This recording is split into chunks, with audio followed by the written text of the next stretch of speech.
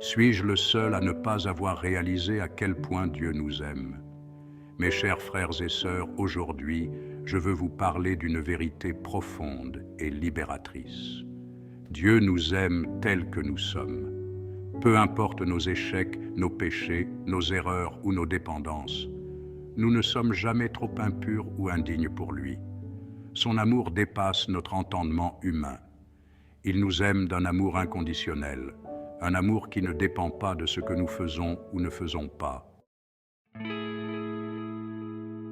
Dieu veut que nous venions à lui tels que nous sommes, avec nos fardeaux, nos combats, nos blessures. Il nous appelle à une relation intime avec lui, une relation où il nous façonne, où il nous transforme à son image, comme le dit la Bible dans Romains, chapitre 5, verset 8. Mais Dieu prouve son amour envers nous en ce que, lorsque nous étions encore des pécheurs, Christ est mort pour nous. Nous n'avons pas besoin de nous purifier avant de venir à Dieu, car c'est lui qui fait le travail en nous. Peu importe où nous en sommes aujourd'hui, il nous accepte, il nous restaure et il nous prépare pour le plan merveilleux qu'il a pour chacun de nous. Prenons un instant pour réfléchir à l'exemple de l'apôtre Paul. Avant de rencontrer Jésus, Paul était un persécuteur des chrétiens. Il poursuivait, emprisonnait et approuvait même le meurtre des disciples du Christ. Si quelqu'un pouvait sembler irrécupérable, c'était bien Paul, mais Dieu ne l'a pas rejeté. Au contraire, il l'a pris tel qu'il était, l'a transformé et a fait de lui un exemple pour des générations entières.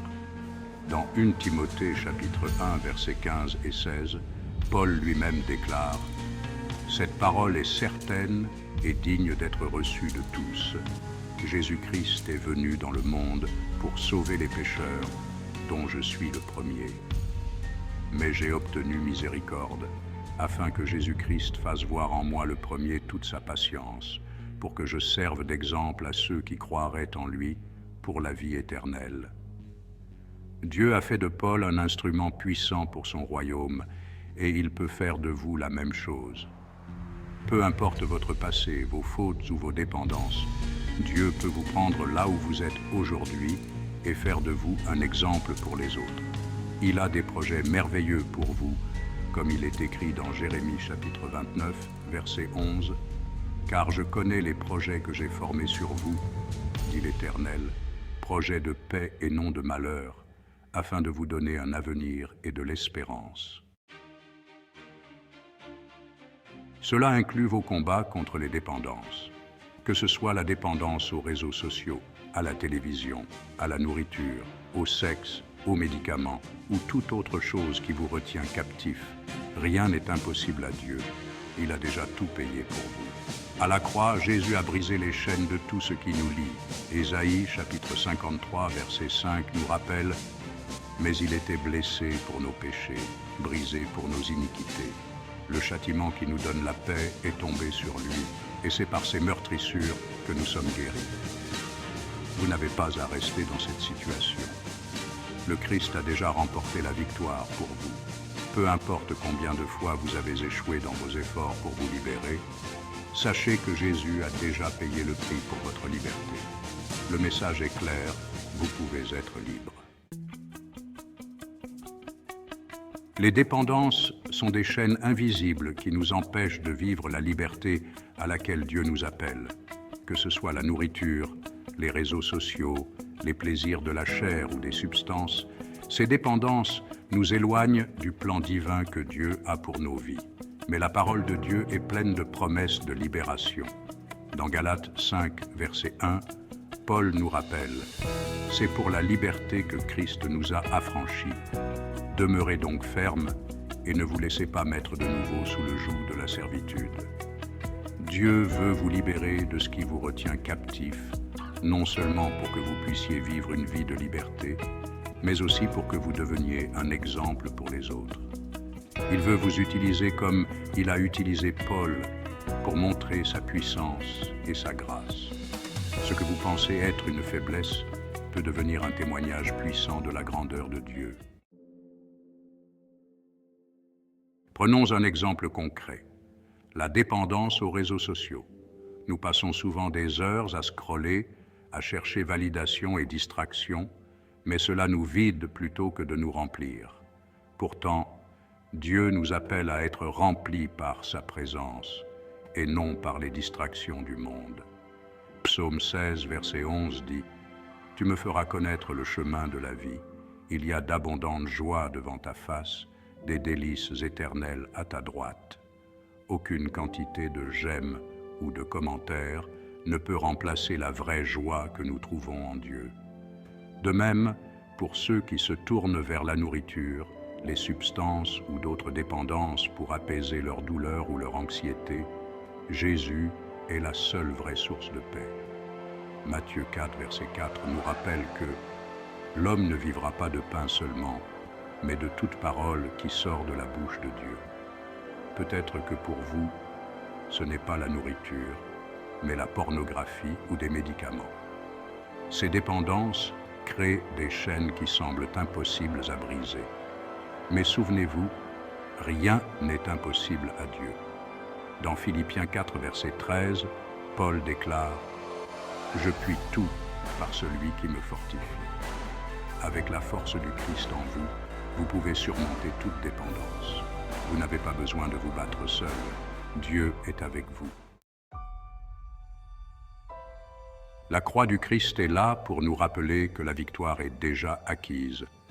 Dans 1 Corinthiens chapitre 15 verset 57, Paul dit « Mais grâce soient rendues à Dieu qui nous donne la victoire par notre Seigneur Jésus-Christ. » La victoire sur vos dépendances est déjà remportée. Le combat a déjà été gagné par Jésus à la croix. C'est pourquoi, avant de rendre l'âme, Jésus a dit « Tout est accompli » Jean 19, verset 30. Il a tout accompli pour que vous puissiez être libres. Alors, que faire pour surmonter une dépendance avec l'aide de Dieu? Le premier pas est de reconnaître que vous avez besoin de lui. Ne vous appuyez pas sur vos propres forces. Proverbe 3, versets 5 et 6 nous dit « Confie-toi en l'Éternel de tout ton cœur et ne t'appuie pas sur ta propre intelligence. Reconnais-le dans toutes tes voies et il aplanira tes sentiers. » Ensuite, il faut déposer vos fardeaux aux pieds de Jésus. Venez à lui avec tout ce qui vous pèse et il vous donnera du repos. Comme il est dit dans Matthieu 11, versets 28 à 30, « Venez à moi, vous tous qui êtes fatigués et chargés, et je vous donnerai du repos. Laissez-le porter ce que vous ne pouvez plus supporter. Enfin, sachez que vous n'êtes jamais seul dans ce combat. Le Saint-Esprit est là pour vous guider et vous fortifier.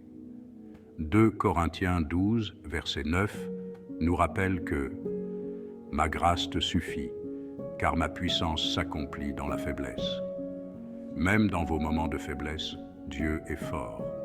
Avec lui, vous avez déjà la victoire.